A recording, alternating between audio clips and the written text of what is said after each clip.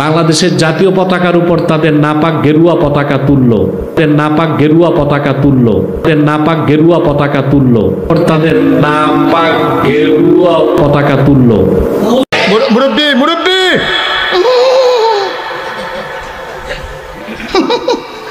তো তুমি ফতোয়া দেওয়ার আগে তোমার তো একটু চিন্তা করা দরকার ছিল। এনাতুল আব্বাসী সাহেব আর সেটা চিটিং বাস প্রমাণ করে দেব। যে জাতি জাতীয় পতাকা উত্তোলন করে, জাতীয় সঙ্গীত গেয়ে, সাম্যের কথা বলে যে কোনো কর্মসূচি শুরু করে, সেই জাতিকে আজকে অতিশয় দুর্ভাগ্যের বিষয় রাষ্ট্রদ্রোহের মামলায় আমাদেরকে আসামি করা হচ্ছে।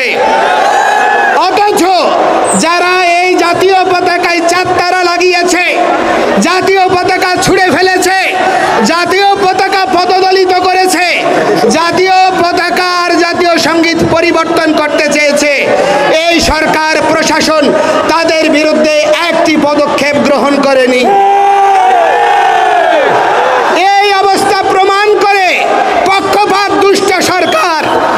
এই সরকার মৌলিক গণতন্ত্রে সাম্যে সমতায় বিশ্বাস যদি করেন, সকলের প্রতি সমান পদক্ষেপ গ্রহণ করুন।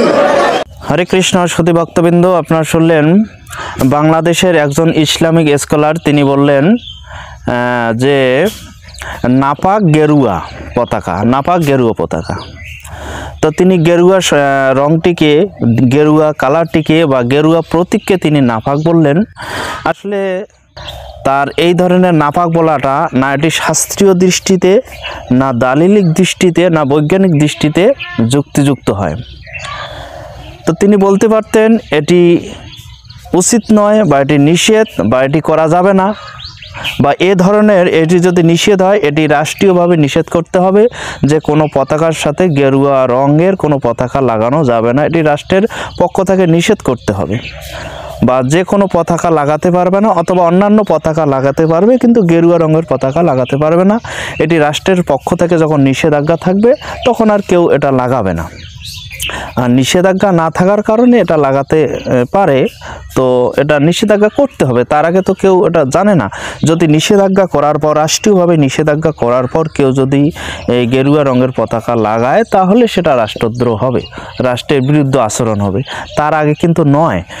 তো যাই হোক, ইসলামিক স্কলার, এই ইসলামিক স্কলার তিনি বললেন নাপাক গেরুয়া। তো তিনি বলতে পারতেন যে এটি রাষ্ট্রীয়ভাবে নিষেধ, বা এটি আমাদের ইসলামের নিষেধ, অথবা এটি সংবিধানে নিষেধ, বা এটা নিষেধ না হলো এটা আমাদের অপছন্দনীয়, এটা লাগানো যাবে না, এইভাবে বলতে পারতেন। কিন্তু তিনি এটিকে নাপাক, নাপাক বলতে অশুচি, অপবিত্র ইত্যাদি শব্দ দ্বারা আখ্যায়িত করছেন। তাই আমি এই শ্রদ্ধেয় ইসলামিক স্কলারকে বলবো, আপনি আর কখনো এরকমভাবে নাপাক শব্দ দ্বারা গেরুয়া শব্দ ব্যবহার করবেন না। এটি ধর্মীয় অনুভূতিতে আঘাত আনতে পারে। একটি নির্দিষ্ট সম্প্রদায়, নির্দিষ্ট জাতির প্রতীকের এটা কটূক্তি বা তাদের হৃদয়ে মর্মাঘাত আসবে। তো আপনার প্রতি অনুরোধ থাকবে, আপনি নিষেধাজ্ঞা করতে পারেন, অপছন্দনীয় ব্যাখ্যা করতে পারেন, কিন্তু গেরুয়া শব্দটা আমাদের ধর্মক্ষেত্রে অনেক ক্ষেত্রে ব্যবহার হয়। সন্ন্যাসীরা গেরুয়া পোশাক পরেন। এটা কোনো জাতি, কোনো দেশ বা কোনো বর্ণের আছে কি না আমি অতটা জানি না, কিন্তু এটি ইসকনের সন্ন্যাসী সহ, যত গৌরীয় মঠের সন্ন্যাসী সহ, রামকৃষ্ণ মিশনের সন্ন্যাসী সহ যত সন্ন্যাসীর এটি একটি পোশাকের রং, গেরুয়া রং। তাই এটিকে আপনি নাপাক শব্দ দ্বারা ব্যবহার করতে পারেন না। এটি আমাদের ধর্মীয় দৃষ্টিকোণে এটি অত্যন্ত পবিত্র একটি, যারা সংযমী, যারা ত্যাগী, তাদেরকে এই পোশাক, এই গেরুয়া রঙের পোশাক দেওয়া হয়।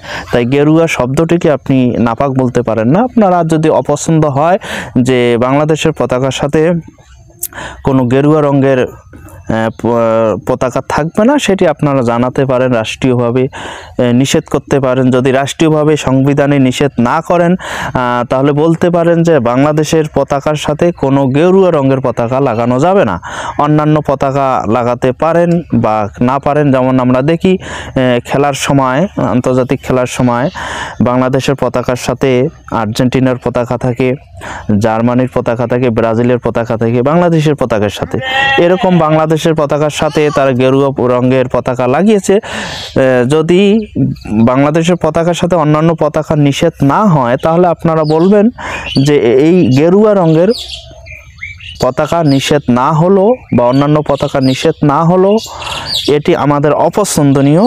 অন্যান্য পতাকা লাগাতে পারেন কিন্তু গেরুয়া রঙের পতাকা লাগাতে পারবেন না, এটি আইনগতভাবে সংবিধানে নিষেধ না হলে এটা আমাদের অপছন্দ, এটা আপনারা জানাতে পারেন। তাহলে দ্বিতীয়বার আর কেউ লাগাতে চাইবে না, বা যদি লাগায় তাহলে আপনারা সেটা অপরাধ হিসেবে বিবেচনা করতে পারেন, ধরে নিতে পারেন। কিন্তু তার আগে এভাবে নাপাক গেরুয়াকে নাপাক বলা এটি কোনোভাবেই যুক্তিসঙ্গত নয় আমি মনে করি। আমি অনুরোধ করব আপনারা আর এই ধরনের শব্দ ব্যবহার করবেন না। হরে কৃষ্ণ।